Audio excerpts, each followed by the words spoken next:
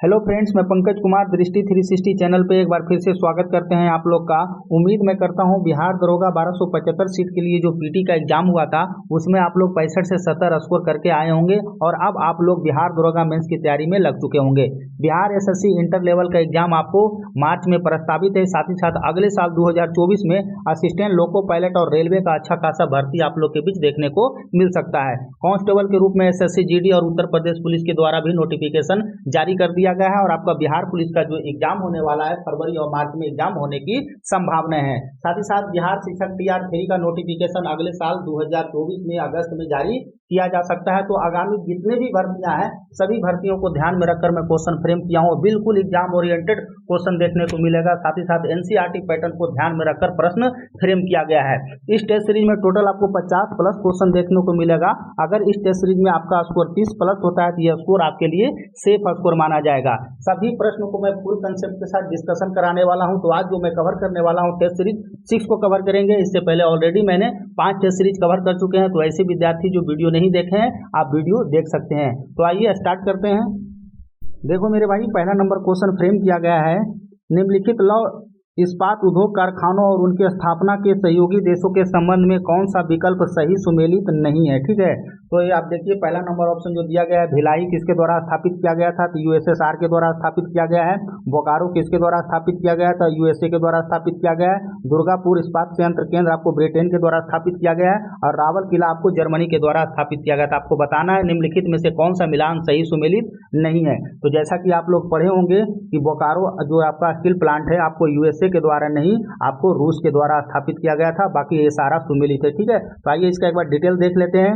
देखिए आपको भिलाई किसके द्वारा स्थापित किया गया था तो यूएसएसआर, जिसको सोवियत संघ के रूप में भी जाना जाता है। बोकारो किसके द्वारा किया गया था तो रूस के द्वारा किया गया था और दुर्गापुर ब्रिटेन के द्वारा स्थापित किया गया था और रावल किला आपको जर्मनी के द्वारा स्थापित किया गया था। नेक्स्ट क्वेश्चन देखते हैं।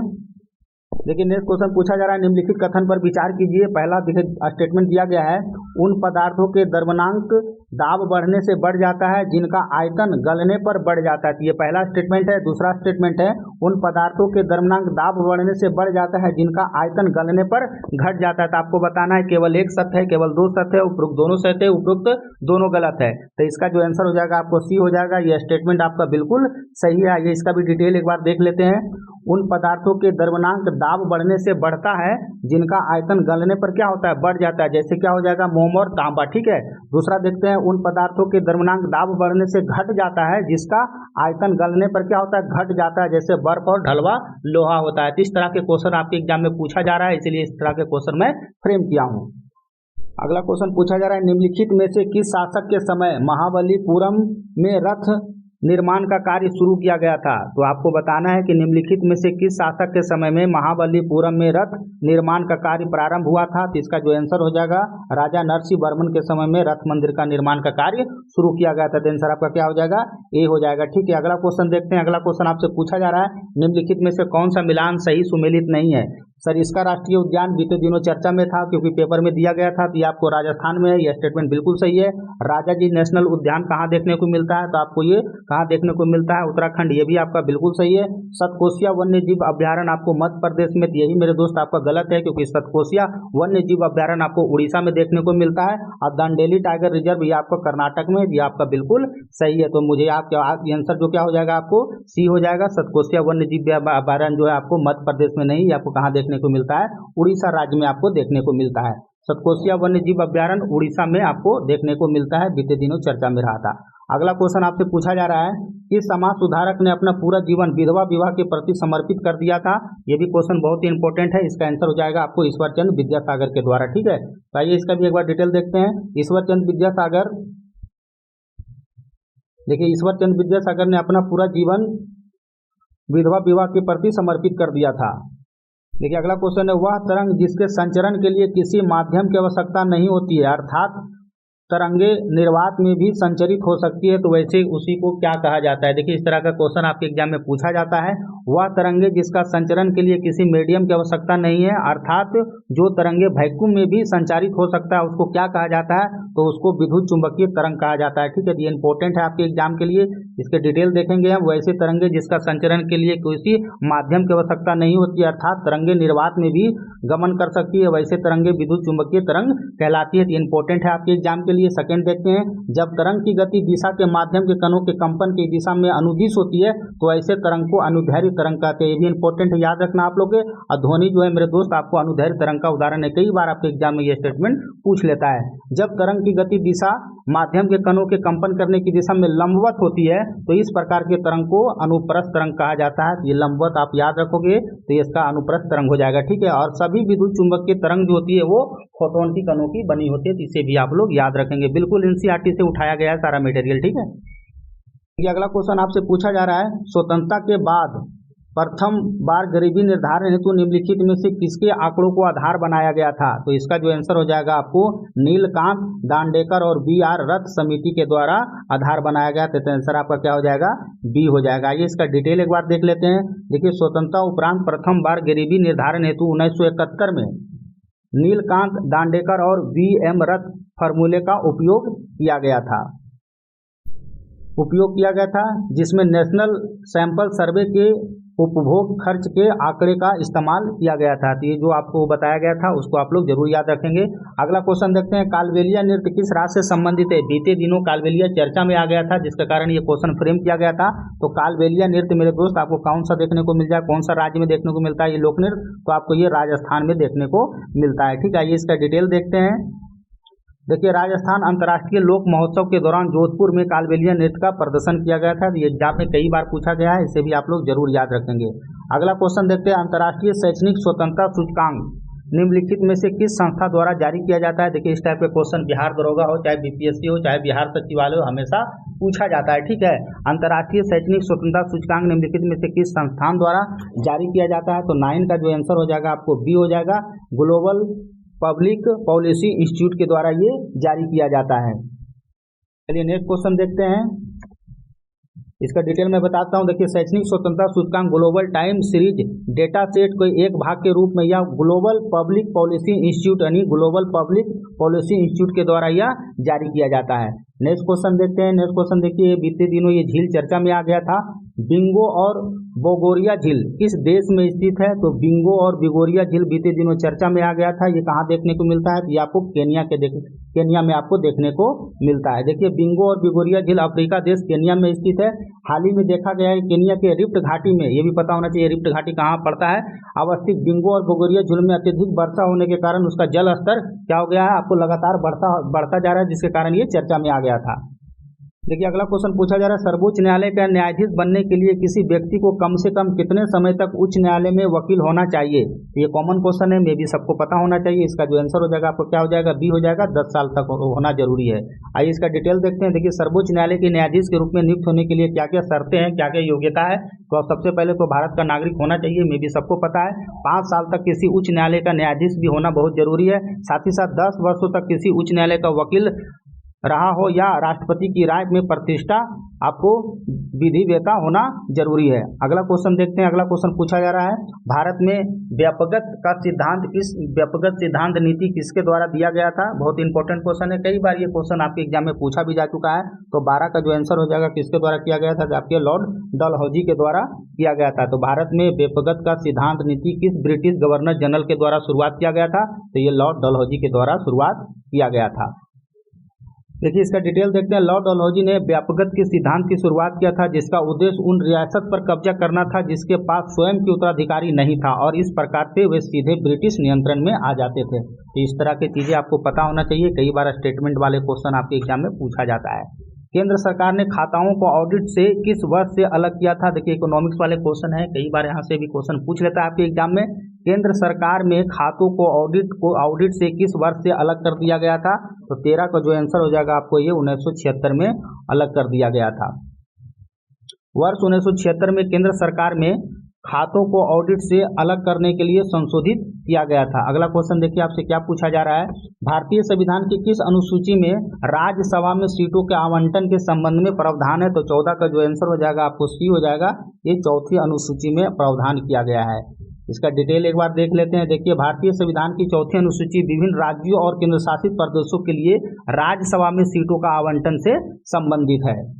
नेक्स्ट क्वेश्चन पूछा जा रहा है, national centre for polar and ocean research संस्थान किस राज्य में स्थित है? ये बहुत इंपॉर्टेंट है। NCPOR जिसको बोला जाता है, national centre for polar and ocean research संस्थान किस राज्य में स्थापित है?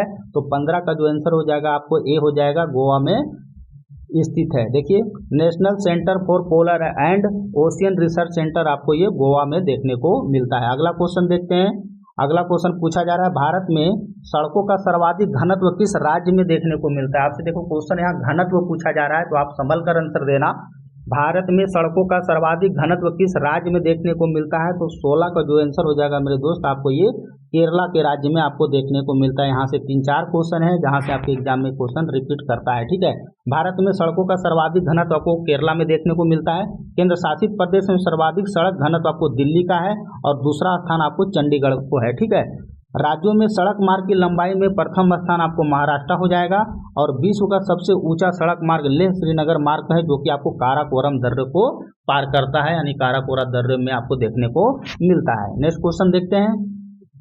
नेक्स्ट क्वेश्चन पूछा जा रहा है, निम्नलिखित में से कौन सा पुरस्कार विज्ञान संचार में किसी बड़े योगदान के लिए दिया जाता है? ये भी क्वेश्चन बहुत ही चर्चा में रहता है, क्योंकि ये पुरस्कार दिया जाता है। विविध वाला क्वेश्चन से मैं वहां से फ्रेम किया हूँ। निम्नलिखित में से कौन सा पुरस्कार विज्ञान संचार में किसी बड़े योगदान के लिए दिया जाता है? तो 17 का जो आंसर हो जाएगा आपको ये कलिंग पुरस्कार हो जाएगा। आंसर आपका क्या हो जाएगा? बी हो जाएगा। देखिए, कलिंग पुरस्कार विज्ञान संचार के क्षेत्र में दिया जाता है। यह पुरस्कार 1952 से देना स्टार्ट किया गया था। ठीक है, अगला क्वेश्चन देखते हैं। अगला क्वेश्चन आपसे पूछा जा रहा है, निम्नलिखित कथन पर विचार कीजिए। स्टेटमेंट वाले क्वेश्चन अभी के दौर में एग्जाम में क्वेश्चन पूछा जा रहा है, इसलिए क्वेश्चन फ्रेम किया गया है। समताप मंडल में ताप समान रहता है तथा इसकी मोटाई ध्रुवों पर सबसे अधिक होती है। ये पहला स्टेटमेंट है।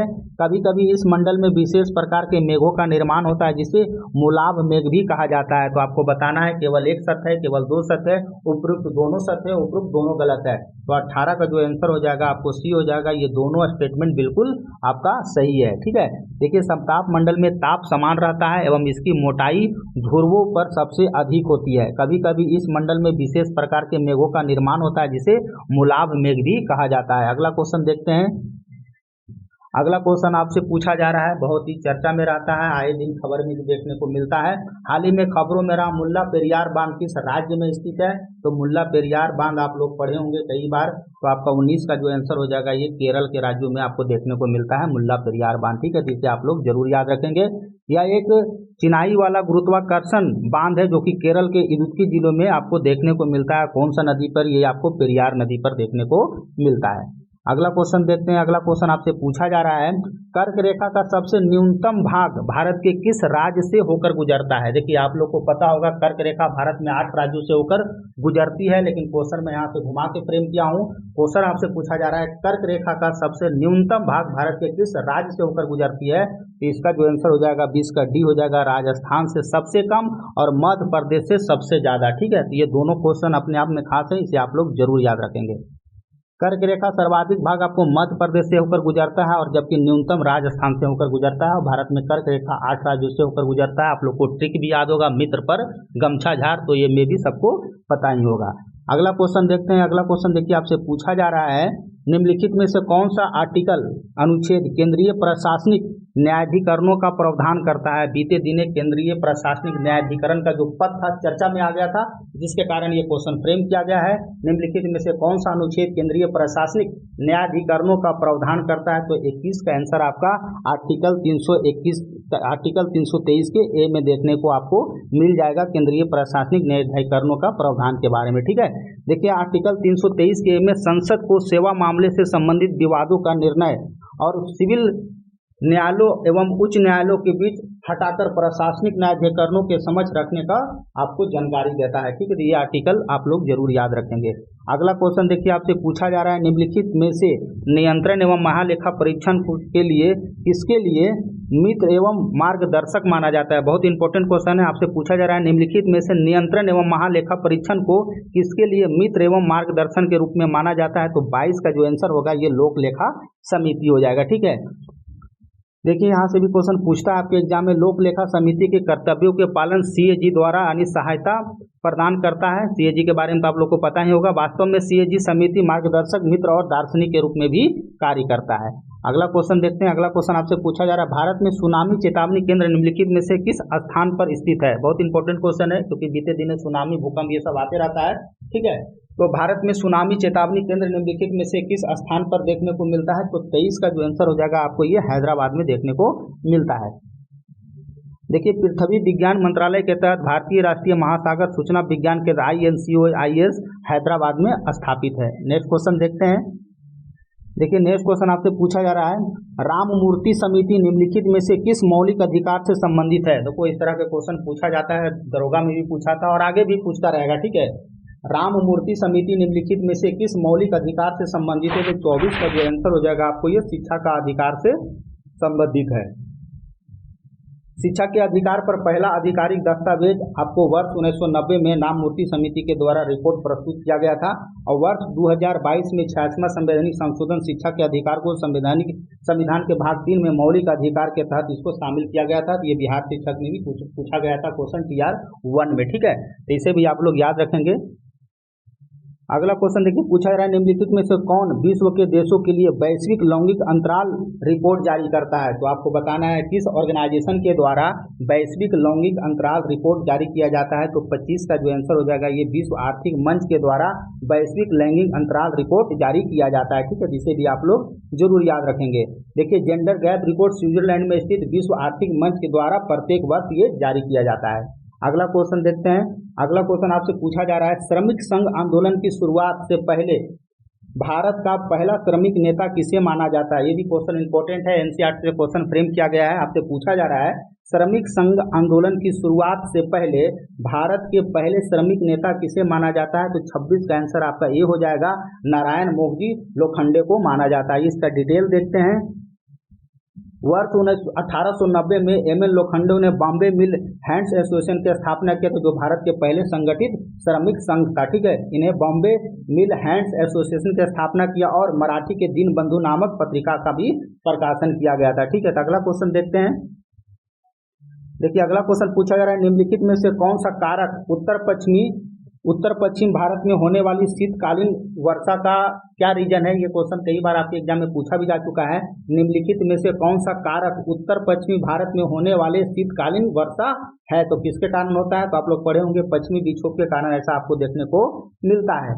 पश्चिमी विक्षोभ के कारण उत्तर पश्चिम भारत में होने वाली शीतकालीन वर्षा होती है। इसे भी आप लोग को पता होना चाहिए। अगला क्वेश्चन आपसे पूछा जा रहा है, निम्नलिखित में से कौन सा रोग थायरोक्सिन अम्ल के अल्प स्रवण के कारण होता है। लेकिन इंपॉर्टेंट क्वेश्चन है बायोलॉजी का, निम्नलिखित में से कौन सा रोग थायरोक्सिन हार्मोन के अल्प स्रवण के कारण होता है। तो 28 का जो आंसर हो जाएगा आपको डी हो जाएगा, आपको मिक्सोडोमा के कारण ये देखने को मिलता है। तो मिक्सोडोमा आप लोग को पता होना चाहिए।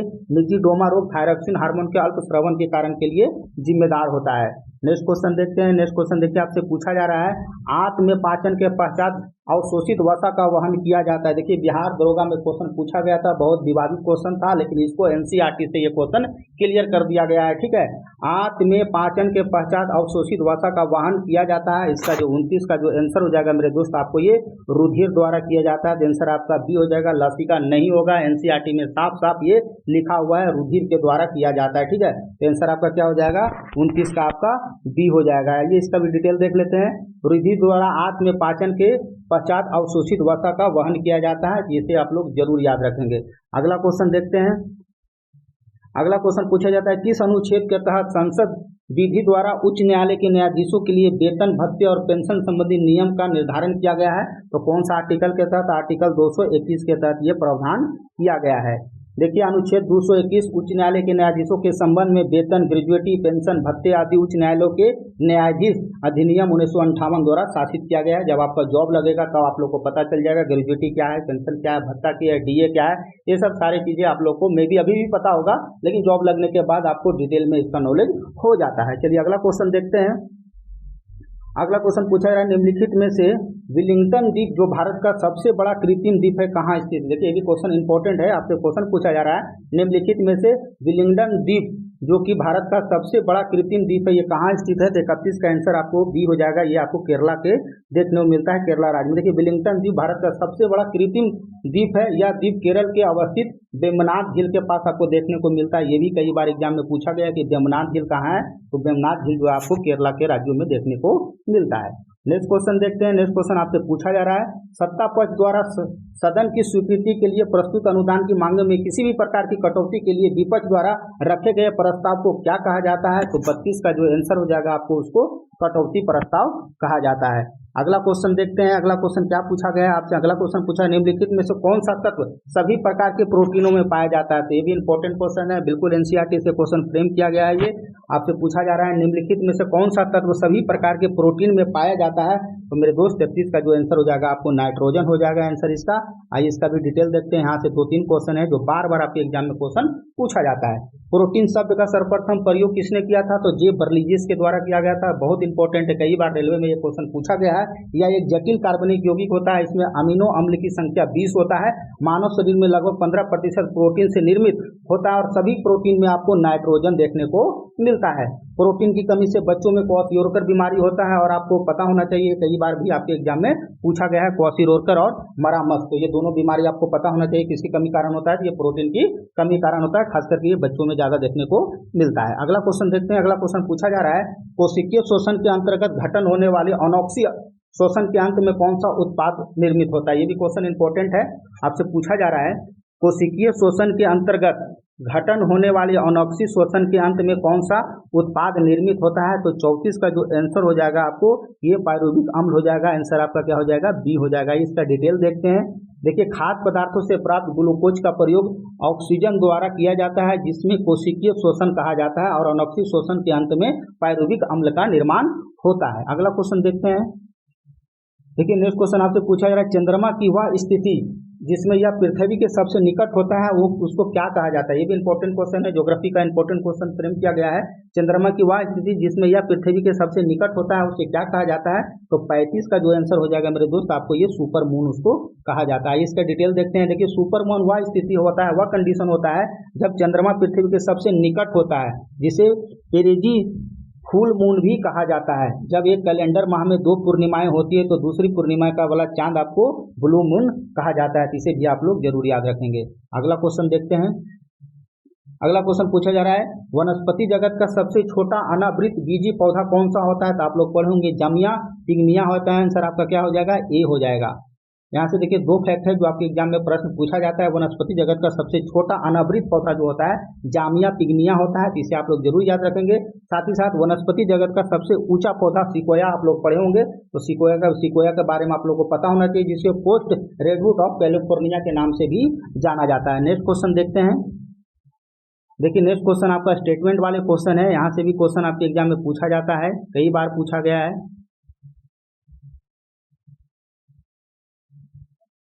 देखिए, क्वेश्चन पूछा जा रहा है, भारत के 73वें संविधान संशोधन के संबंध में निम्नलिखित कथन पर विचार कीजिए। पहला स्टेटमेंट है, इस संशोधन द्वारा पंचायती राज के त्रिस्तरीय ढांचा का प्रावधान किया गया है। राज्य की संचित निधि से इन संस्थाओं को अनुदान देने की व्यवस्था किया गया है। ये दोनों स्टेटमेंट के बारे में बताना है आपको। केवल एक सही है, केवल 2 सही है, उपरोक्त दोनों सही है, ना तो एक सही है ना 2 सही है। तो ये स्टेटमेंट बिल्कुल सही है, आपका जो आंसर हो जाएगा सी हो जाएगा। ये आपका दोनों बिल्कुल राइट है। आइए इसका डिटेल देख लेते हैं। देखिए, यहाँ से भी क्वेश्चन फ्रेम करता है आपके एग्जाम में। 73वें संविधान संशोधन द्वारा पंचायती राज से त्रिस्तरीय ढांचे का प्रावधान किया गया है, जिसमें आपको ग्राम पंचायत, पंचायत समिति, जिला परिषद, पंचायती राज व्यवस्था, प्रत्येक स्तर के 1/3 स्थानों को महिलाओं के लिए आरक्षण की व्यवस्था किया गया है। और ये प्रत्येक कितने साल पे किया जाता है? तो आपको पता है, प्रत्येक 5 साल के लिए निर्धारित किया गया है। साथ ही साथ राज्य की संचित निधि इन संस्थाओं को अनुदान देने के लिए व्यवस्था करती है। तो ये भी स्टेटमेंट बिल्कुल आपका सही था। अगला क्वेश्चन देखिए, पूछा जा रहा है, विटामिन B2 का रासायनिक नाम क्या है? देखिए, विटामिन B2 पूछा गया है, तो 38 का जो आंसर हो जाएगा आपको ये राइबोफ्लोविन हो जाएगा। तो आंसर आपका क्या हो जाएगा? सी हो जाएगा। इसका भी डिटेल देखते हैं। यहाँ से 3-4 क्वेश्चन है जो आपके एग्जाम में बार बार रिपीट करता है, यहाँ आप सही कर लेंगे सारा प्रश्न पढ़कर। देखिए, विटामिन B2 का रासायनिक नाम जो है आपको राइबोफ्लोविन है, एवं इसकी कमी से जो होता है त्वचा का फटना, आंखों में लाल होना और जिह्वा पर फट जाना, जीभ फट जाना, ऐसे लक्षण आपको इस बीमारी में देखने को मिलता है। साथ ही साथ इसका जो स्रोत है आपको खमीर, कलेजी, मोटा हरी सब्जियां खाने से आपका ये सही हो सकता है। विटामिन B1 का रासायनिक नाम थायमिन होता है। विटामिन B3 का आपको नियासिन हो गया। विटामिन B7 को बायोटीन बोला जाता है। विटामिन B11 को आपको फॉलिक एसिड बोला जाता है। ये भी आपको पता होना चाहिए। अगला क्वेश्चन देखते हैं। देखिए अगला क्वेश्चन पूछा जा रहा है, निम्नलिखित में से कौन सी जनजाति अंडमान एवं निकोबार से संबंधित नहीं है। देखिए ये भी क्वेश्चन कई बार आपके एग्जाम में पूछा जा चुका है, निम्नलिखित में से कौन सा जनजाति अंडमान एवं निकोबार से संबंधित नहीं है। तो मेरे दोस्त देखो, सेंटिलीज आपको ये अंडमान में देखने को मिलता है, ओंग जनजाति ये भी अंडमान में देखने को मिलता है, जरवा जनजाति ये भी आपको अंडमान में देखने को मिलता है, लेकिन रेड्डी जनजाति आपको अंडमान में देखने को नहीं मिलता है। तो आंसर आपका डी हो जाएगा। आप लोग कॉमेंट सेक्शन में बताना है कि रेड्डी जनजाति भारत के किस राज्य में पाया जाता है। चलिए अगला क्वेश्चन देखते हैं। बाकी तो मैं डिटेल बता ही दिया आपको कि अंडमान निकोबार द्वीप समूह का प्रमुख जनजाति सेंटिलीज हो जाएगा, ओंग हो जाएगा, जरवा हो जाएगा और सोमपेन। सोमपेन कई बार आपके एग्जाम में पूछ चुका है, ठीक है। चलिए अगला देखते हैं। सोमपेन मतलब वहां में मत चले जाना, कहाँ, इटली मत चले जाना। और सोमपेन एक प्रकार का दारू भी है जो कि बहुत महंगा मिलता है फ्रांस में, ठीक है। चलिए, किस एक शिलालेख के अनुसार जब हुमायूं चौसा की लड़ाई में भाग रहा था तो उसने सारनाथ में एक शरण लिया था। ये भी क्वेश्चन अपने आप में खास हो जाता है। कह रहा है किस एक शिलालेख के अनुसार जब हुमायूं चौसा की लड़ाई में भाग रहा था तो उसने सारनाथ में शरण लिया था। तो कौन सा स्तूप था, ये चौखंडी स्तूप, ठीक है। तो इसका जो आंसर हो जाएगा मेरे दोस्त 40 का क्या हो जाएगा, आपको ए हो जाएगा, ये चौखंडी स्तूप हो जाएगा, ठीक है। आंसर आपका ए हो जाएगा। देखिए चौखंडी स्तूप के एक शिलालेख के अनुसार जब हुमायूं चौसा की लड़ाई में भाग रहा था उसने सारनाथ में शरण लिया था, ठीक है। तो आंसर आपका क्या हो जाएगा, चौखंडी स्तूप हो जाएगा, ठीक है। चलिए अगला क्वेश्चन देखते हैं। अगला क्वेश्चन आपसे पूछा जा रहा है, देखिए आपके एग्जाम में पुराने पुस्तक यानी एंशिएंट या मध्यकाल या मेडाइवल मॉडर्न तीनों से क्वेश्चन पूछ लिया जाता है। कई बार पुस्तक और उसके लेखक के रूप में बहुत बार आपके एग्जाम में पूछा जा चुका है। तो इस बार मैं उठाया हूँ एंशिएंट से।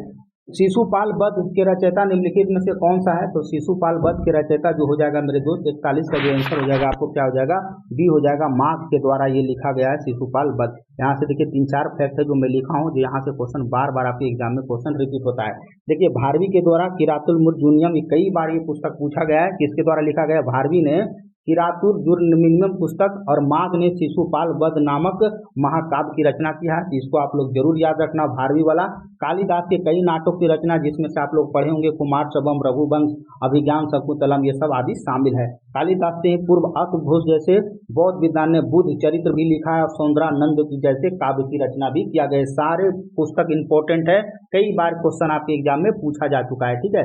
अगला क्वेश्चन देखते हैं। अगला क्वेश्चन आपसे पूछा जा रहा है, निम्नलिखित में से कौन सा एक जेबियन ग्रह नहीं है। ये भी इंपॉर्टेंट है, आपको पता होना चाहिए जेबियन ग्रह में कौन कौन सा नहीं आता है। तो आपसे पूछा जा रहा है निम्नलिखित में से कौन सा एक जेबियन ग्रह नहीं है। तो 42 का आंसर जो आपको क्या हो जाएगा, 42 का आंसर आपका सी हो जाएगा। मंगल ग्रह है जो जेबियन ग्रह के अंतर्गत नहीं आता है। आप देखिए कौन कौन सा आता है, ये आपको पता रहेगा तो आप चीजों को आसानी से समझ पाओगे। बृहस्पति, शनि और अरुण जिसको यूरेनस और वरुण जिसको नेपच्यून भी बोला जाता है, को जेबियन ग्रह या गैसीय विशालकाय ग्रह के अंतर्गत इसको रखा जाता है। तो कौन कौन सा हो गया, आपको बृहस्पति हो गया, शनि हो गया, वरुण हो गया, ठीक है। तो ये सारे आपको पता होना चाहिए। वरुण जेबियन ग्रह या गैसीय विशालकाय ग्रह के अंतर्गत आता है। इसमें वायुमंडल की मोटी परत पाई जाती है जिसमें ज्यादातर आपको हीलियम और हाइड्रोजन गैस देखने को मिलता है। अगला क्वेश्चन देखते हैं। अगला क्वेश्चन आपसे पूछा जा रहा है, निम्नलिखित में से कौन सा आधात्विक खनिज है। दो तरह के क्वेश्चन पूछा जाता है यहाँ से, धात्विक और आधात्विक खनिज। तो यहाँ जो मैं क्वेश्चन फ्रेम किया हूँ, निम्नलिखित में से कौन सा एक आधात्विक खनिज है। तो 43 का जो आंसर हो जाएगा मेरे दोस्त आपको हो जाएगा अबरक हो जाएगा। अबरक जो है आधात्विक खनिज के अंतर्गत आता है। आपका कंसेप्ट क्लियर होना चाहिए। धात्विक खनिज वैसे खनिज कहलाते हैं जिसमें धातु और यौगिक मौजूद होते हैं। तो उसमें आपको जैसे लोहा, तांबा, सोना, चांदी, ये सब जिसमें धातु का क्वालिटी आपको देखने को मिलता है वह सब धात्विक खनिज के अंतर्गत आता है। अधात्विक खनिज जिसमें धातु आपको नहीं देखने को मिलता है जैसे चूना, पत्थर, कोयला, अबरक, जिप्सम इत्यादि। अगला क्वेश्चन देखते हैं। अगला क्वेश्चन आपसे पूछा जा रहा है, निम्नलिखित में से कौन सी धातु कमरे के ताप पर द्रव अवस्था में पाई जाती है। आप देखो यहाँ संभलना पड़ेगा क्योंकि ऑप्शन में पारा और ब्रोमीन नहीं दिया गया है, ठीक है। क्योंकि आपका माइंड सीधा जाएगा पारा और ब्रोमीन के पास, ठीक है। तो क्वेश्चन पूछा गया है निम्नलिखित में से कौन सी धातु कमरे के तापमान पर द्रव अवस्था में पाई जाती है। तो इसका जो आंसर होगा मेरे दोस्त आपका ये गैलियम हो जाएगा, ठीक है। ये भी क्वेश्चन देखो कई बार आपके एग्जाम में पूछा जा चुका है, सीजीएल का क्वेश्चन है ये। देखिए गैलियम धातु कमरे के ताप पर द्रव अवस्था में पाई जाती है। साथ ही पारा और ब्रोमीन भी कमरे के ताप पर द्रव अवस्था में भी पाया जाता है। ताकि आपको ये देखिए अगला देखिए जो मैं स्टेटमेंट दिया हूँ, सेलेनियम धातु का उपयोग फोटो इलेक्ट्रिक सेल में किया जाता है। चलिए अगला देखते हैं। अच्छा, और थोड़ा सा इसमें मैं डिटेल बताऊंगा आपको। कैडमियम का प्रयोग नाभिकीय रिएक्टर में न्यूट्रॉन मंदक के रूप में किया जाता है, ये तो आपको पता ही होना चाहिए। और रेडियम का निष्कर्षण जो किया जाता है पिच ब्लेड से किया जाता है, ये भी आप लोग को पता ही होगा। सबसे भारी धातु ओस्मियम है और सबसे मजबूत धातु टंगस्टन है, जो सबसे कठोर आपको क्रोमियम को माना जाता है। ये 4-5 जो फैक्ट मैं लिखा हूँ बहुत इंपॉर्टेंट है, कई बार यहाँ से क्वेश्चन आपके एग्जाम में पूछा जाता है। अगला क्वेश्चन देखते हैं। अगला क्वेश्चन आपसे पूछा जा रहा है, मध्य एशिया के दक्षिणी क्षेत्र कि किस राज्य में जाकर अशोक के पुत्र कुणाल ने हिंदू राज्य की स्थापना किया था। तो आपको पता होना चाहिए कि आपका जो अशोक सबसे महानतम शासकों में एक था, क्योंकि ये मौर्य वंश से रिलेटेड है। मौर्य वंश की स्थापना क्यों किया था? चंद्रगुप्त मौर्य के द्वारा किया गया था। किसके मदद से किया गया था? तो आप लोग पढ़े होंगे, विष्णुगुप्त से मदद किया गया था। नंद वंश के अंतिम शासक घनानंद को गिरा गिरा के मारा था और उसके बाद अब मौर्य वंश की स्थापना किया गया था। तो ये मौर्य वंश का शासक होता है, अशोक भी होता है, सबसे योग्य शासकों में से एक माना जाता है। वहीं से क्वेश्चन फ्रेम किया गया है कि मध्य एशिया के दक्षिणी क्षेत्र के किस राज्य में जाकर अशोक के पुत्र कुणाल ने हिंदू राज्य की स्थापना किया था। तो इसका जो आंसर हो जाएगा आपको खोतान हो जाएगा, सी हो जाएगा। ठीक है, तो देखिए मध्य एशिया के दक्षिणी क्षेत्र के खोतान में जाकर अशोक ने पुत्र कुणाल ने हिंदू राज्य की स्थापना किया था। ईसा की 4वीं सदी तक खोतान में महायान बौद्ध धर्म का व्यापक प्रचार प्रसार हो चुका था। साथ ही साथ चीनी यात्री फायान खोतान में बौद्ध धर्म के प्रचार के लिए सुंदर विवरण प्रस्तुत करता है। तो ये सारे स्टेटमेंट है जिसको आपको पता होना चाहिए। नेक्स्ट क्वेश्चन देखिए आपसे पूछा जा रहा है। देखिए अगला क्वेश्चन आपसे स्टेटमेंट के रिगार्डिंग फिजिक्स का क्वेश्चन पूछा जा रहा है। दृष्टि दोष के संबंध में निम्नलिखित कथन पर विचार कीजिए। पहला देखिए स्टेटमेंट दिया गया, निकट दृष्टि दोष के निवारण के उपयुक्त फोकस दूरी के अवतल लेंस का प्रयोग किया जाता है। बहुत ही इंपॉर्टेंट है, पहला स्टेटमेंट ये है। दूर दृष्टि दोष के निवारण के लिए फोकस दूरी के लिए उत्तल लेंस का प्रयोग किया जाता है। तो केवल एक सही है, केवल दो सही है, उपरोक्त दोनों सही है, उपरोक्त में दोनों सही नहीं है। तो इसका जो आंसर हो जाएगा मेरे दोस्त आपका सी हो जाएगा। ये दोनों स्टेटमेंट बिल्कुल सही है, क्योंकि निकट दृष्टि दोष के लिए हम अवतल लेंस का यूज करते हैं और दूर दृष्टि दोष करने के लिए उत्तल लेंस का हम प्रयोग करते हैं। इस तरह से यह स्टेटमेंट आपका क्या होता है, दोनों बिल्कुल आपका ये सत्य होता है। चलिए अगला क्वेश्चन देखते हैं। अगला क्वेश्चन जो पूछा गया है, देखिए अगला क्वेश्चन पूछा गया आपसे कि प्रथम विश्व युद्ध के समय किस भारतीय नेता को भर्ती कराने वाला सर्जेंट कहा जाता है। ये भी देखिए वर्ल्ड हिस्ट्री से क्वेश्चन जोड़ के मैं एक क्वेश्चन फ्रेम किया था। प्रथम विश्व युद्ध के समय किस भारतीय नेता को भर्ती कराने वाला सर्जेंट कहा जाता है। तो एक्चुअल में इसका आंसर आपका महात्मा गांधी हो जाएगा। देखिए यहाँ से 2-3 क्वेश्चन है जो आपको एग्जाम में रिपीट करेगा। प्रथम विश्व युद्ध समय महात्मा गांधी ने लोगों को सेना में भर्ती होने के लिए प्रोत्साहित किया था, इसीलिए उन्हें भर्ती कराने वाला सर्जेंट कहा जाता है। प्रथम विश्व युद्ध कब हुआ था? 14 से 18 में भी सबको पता होना चाहिए। इसका तात्कालिक कारण क्या था, एग्जाम में पूछ लेता है। ठीक है, तो आप लोग कमेंट सेक्शन में जरूर बताइएगा कि प्रथम विश्व युद्ध का तात्कालिक कारण क्या था, द्वितीय विश्व युद्ध का तात्कालिक कारण क्या था, क्योंकि डेट तो सबको पता ही है। चलिए, गांधी जी ने सत्याग्रह का प्रथम प्रयोग दक्षिण अफ्रीका में किया था, सबको पता है। और भारत में सत्याग्रह का प्रथम प्रयोग 1917 में आपको चंपारण में महात्मा गांधी जी के द्वारा किया गया था। नेक्स्ट क्वेश्चन देखते हैं। नेक्स्ट क्वेश्चन आपसे पूछा जा रहा है, प्रसिद्ध इटाबीरा लौह अयस्क खनन केंद्र किस देश में स्थित है। बीते दिनों ये इटाबीरा लौह अयस्क चर्चा में आ गया था, जिसके कारण ये क्वेश्चन फ्रेम किया गया है। प्रसिद्ध इटाबीरा लौह अयस्क खनन केंद्र किस शासित में आपको कौन सा देश में देखने को मिलता है। ये इटाबीरा लौह अयस्क खनन केंद्र किस देश में देखने को मिलता है। तो 48 का जो आंसर हो जाएगा आपको ये ब्राजील में आपको देखने को मिलता है।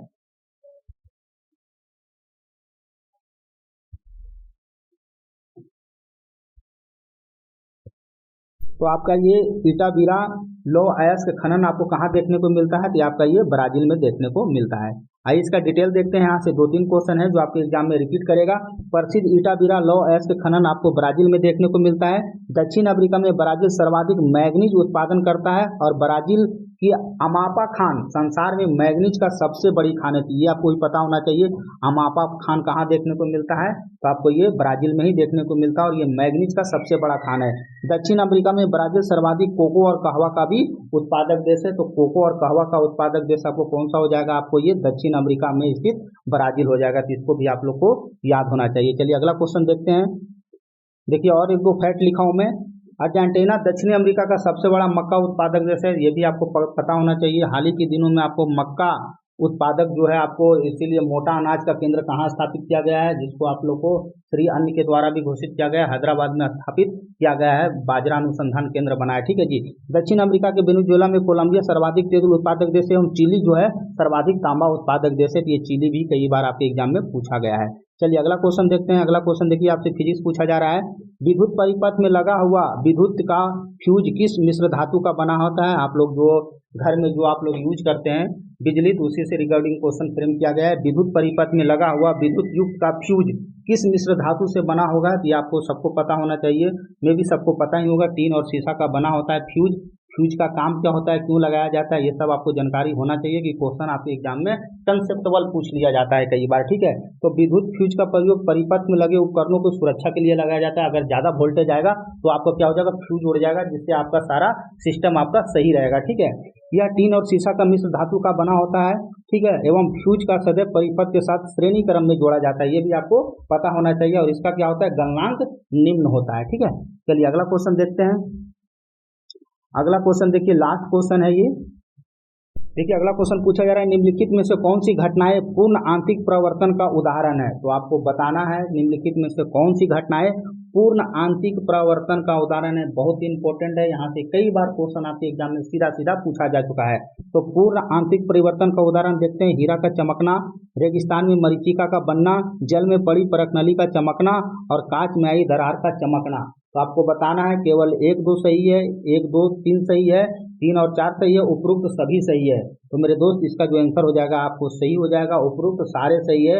आपको प्रकाश की सारी घटनाओं को पढ़ना चाहिए, चाहे प्रवर्तन हो, अपवर्तन हो, विवर्तन हो, ध्रुवन हो या पूर्ण आंतरिक प्रवर्तन हो। यहाँ से क्वेश्चन आपके एग्जाम में पूछा जाता है। व्यतिकरण के बारे में भी आपको पढ़ना चाहिए। तो ये सारे स्टेटमेंट बिल्कुल आपका सही है।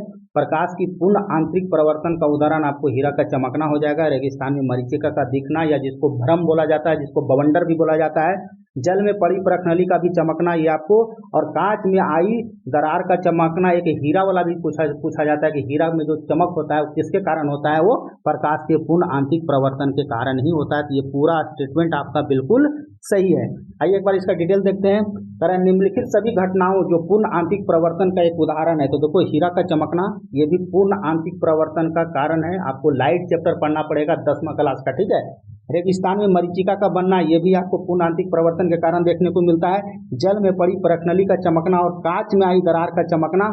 प्रकाश सरल रेखा में गमन करता है, आपको पता है प्रकाश जो है बिल्कुल सरल रेखा में गमन करता है, लेकिन पूर्ण आंतरिक प्रवर्तन का उपयोग करके प्रकाश को आपको वक्रीय अवस्था में भी लाया जा सकता है, यानी उसको मार्ग में चलाया जा सकता है। तो ये सारे स्टेटमेंट आपका बिल्कुल सही था। पूर्ण आंतरिक परिवर्तन का सारा ये उदाहरण है। तो मेरे दोस्त आपका ये 50 क्वेश्चन 50 प्लस ही बोलेंगे, बोलने का होगा 50, लेकिन जो मैं आपको कंसेप्ट दिया हूँ कम से कम 100-150 के आसपास पहुंच गया होगा।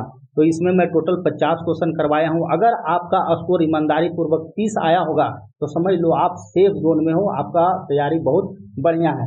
तो आप लोग इसको एक बार रिवीजन जरूर करें और आप लोग अपना ईमानदारी पूर्वक स्कोर भी जरूर बताएं, ताकि मैं अगले बार क्वेश्चन का लेवल बढ़ा सकूं। तो अगर आपको यहाँ से वीडियो से कुछ सीखने को मिलता है तो इसको लाइक शेयर एंड सब्सक्राइब जरूर करें। तो मिलता हूँ मैं नेक्स्ट वीडियो में, तब तक आप इसको रिवीजन करें। धन्यवाद।